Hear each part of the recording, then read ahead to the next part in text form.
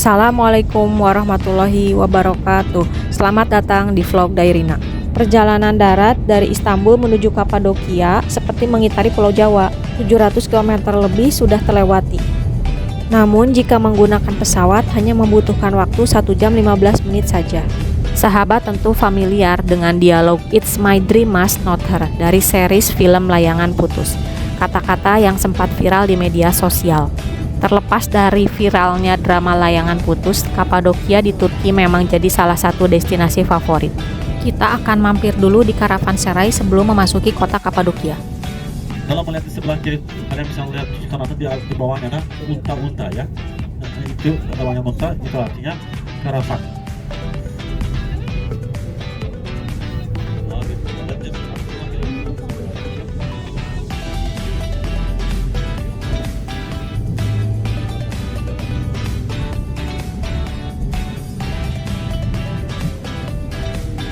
Nama ibu kota ini adalah Kabupaten Sultan Hamid.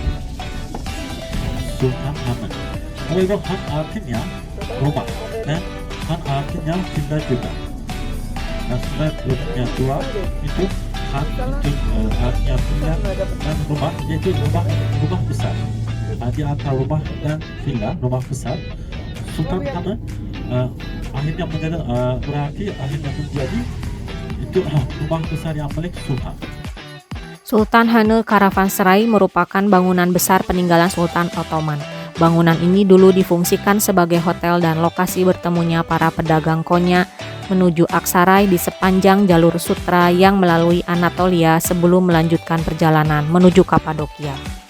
Sultan Hanı Karavanserai menyediakan fasilitas penginapan dan makan secara gratis untuk semua pedagang dan pengunjung yang singgah di sana, termasuk binatang tunggangan dan pembawa barang dagangan. Para pedagang dan pengunjung Sultan Hanı Karavanserai diperbolehkan menginap selama paling lama 3 hari sebelum melanjutkan perjalanannya. Semua fasilitas itu disediakan oleh para orang kaya di Seljuk. Bangunan Sultan Hanı Karavanserai merupakan mahakarya dari arsitek Muhammad bin Haflan el-Dimishki atas permintaan Sultan Aladin Keykubat I.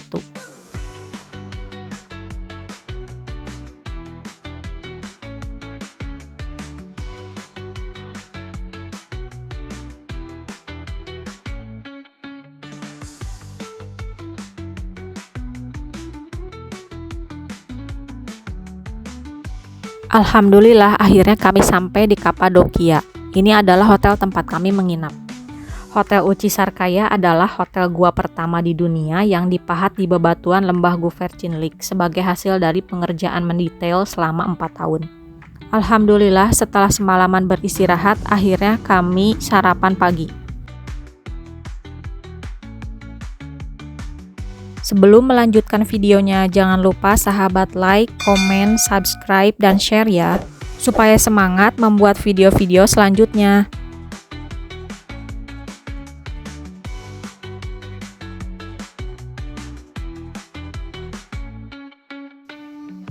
Hati terusik sesekali ketika menyantap sarapan dari balik tirai jendela restoran hotel, terlihat samar-samar semburat biru dan kuning yang jelas. Benar saja, pemandangan Kapadokia dari balkon hotel sangat cantik sekali.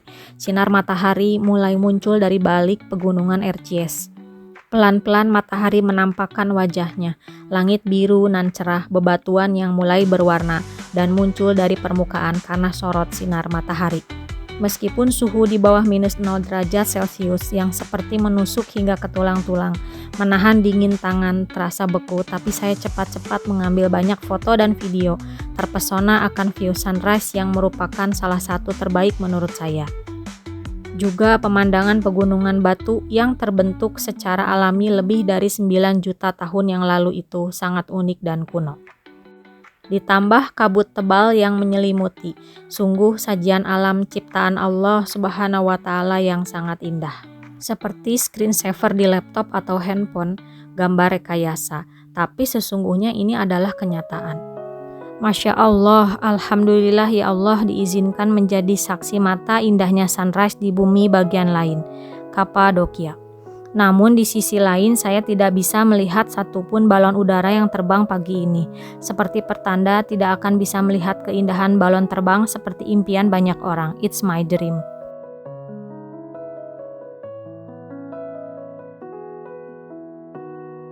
Kita lanjutkan perjalanan menuju kota bawah tanah Derinkuyu. Kota bawah tanah Derinkuyu adalah suatu kota bawah tanah kuno yang bertingkat-tingkat, tepatnya di subprovinsi Derinkuyu, Provinsi Nevşehir, Turki. Dengan kedalaman hingga 54 meter atau 177 kaki di bawah permukaan tanah, kota tersebut dapat menampung hingga sekitar 20.000 orang beserta hewan ternak dan bahan makanan mereka. Ini adalah kota bawah tanah terbesar yang telah digali selain dari beberapa kompleks bawah tanah lainnya yang tersebar di seantero wilayah Kapadokia, Turki. Luas kota bawah tanah Derinkuyu yang telah diekskavasi adalah seluas 4 km persegi.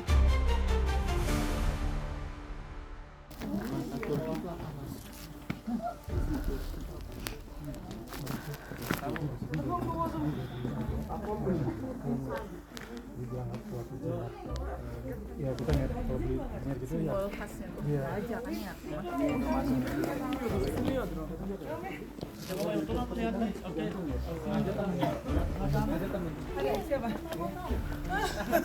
Foto-foto aku akan jelasin sedikit aja kemudian kita akan masuk ke dalam Bapak Ibu. Kalau melihat di depan ini sebenarnya lihat di sini ada bisa melihat itu rumah-rumah itu beberapa rumah itu dikosongkan karena berbahaya tinggal di dalamnya karena di bawahnya itu masih kosong. Kenapa kosong? Karena di bawahnya masih ada kota bawah tanah, tapi belum ditemukan semuanya, masih penuh, masih berbahaya. Oleh sebab itu tidak boleh masuk ke dalam. Nah, beberapa itu masih digunakan. Dan saja orang miskin mereka tinggal di dalam itu, dan rumah-rumah di situ tidak resmi. Jangan takut. Tidak resmi itu. Oleh sebab itu orang miskin ini mereka masih tinggal di sini. Masih kehidupan mereka itu berbahaya. Sampai hari ini. Masih risiko ada karena di bawahnya itu masih itu di kosong. Oke, kita akan masuk di sini. Tinggal di sini. Oleh sebab itu mereka harus makan, harus memasak makan di dalamnya. Karena itu asap-asap itu harus berdiri, harus berada di dalamnya. Dan oleh sebab itu semuanya tidak bisa memasak bersama-sama. Di dalam ada banyak keluarga dan semuanya ribuan orang di dalamnya itu. Ya, contohnya satu keluarga itu bisa memasak jam 8, keluarga yang lain itu bisa memasak jam 9, keluarga yang lain jam 10. Kenapa? Supaya tidak dipenuh dengan asap di seluruh itu kota bawah tanah. Dan mereka memilih beberapa ruang supaya memasak makan dan sebagainya itu dapat. Contohnya di sini. Dan Bapak Ibu sekalian saja asap itu juga masuk ke dalam ruang-ruang lain. Oleh sebab itu ruang-ruang lain itu dindingnya juga masih hitam. Oke, Bapak Ibu masuk ke dalam lagi.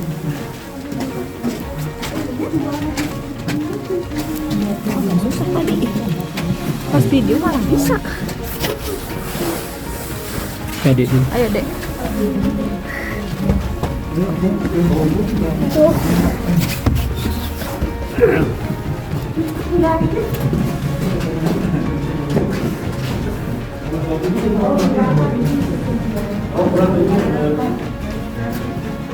Belum ada dokumentasi kalau berapa bikin di sini itu bangun di sini.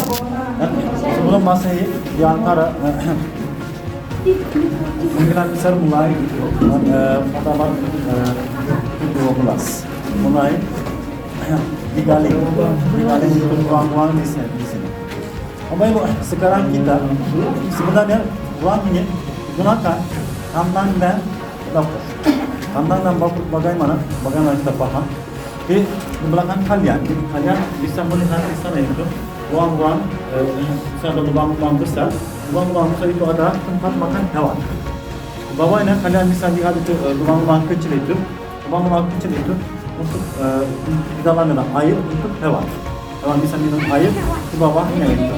Dan kalau melihat, kalian bisa lihat baris di sini. Baris itu supaya keluarkan kotoran. Supaya keluarkan kotoran dari sini kemudian keluar. Oh, sebenarnya di dalam juga ada. Di sini juga ada ruang-ruang lain, tapi tidak boleh karena ada risiko, karena berbahaya. Oleh sebab itu tidak boleh masuk dengan ditutup dengan. Sangat menarik bukan kota bawah tanah Derinkuyu yang diperkirakan berusia 2000 tahun. Penjelajahan kota bawah tanah Derinkuyu akan dilanjutkan pada video berikutnya ya.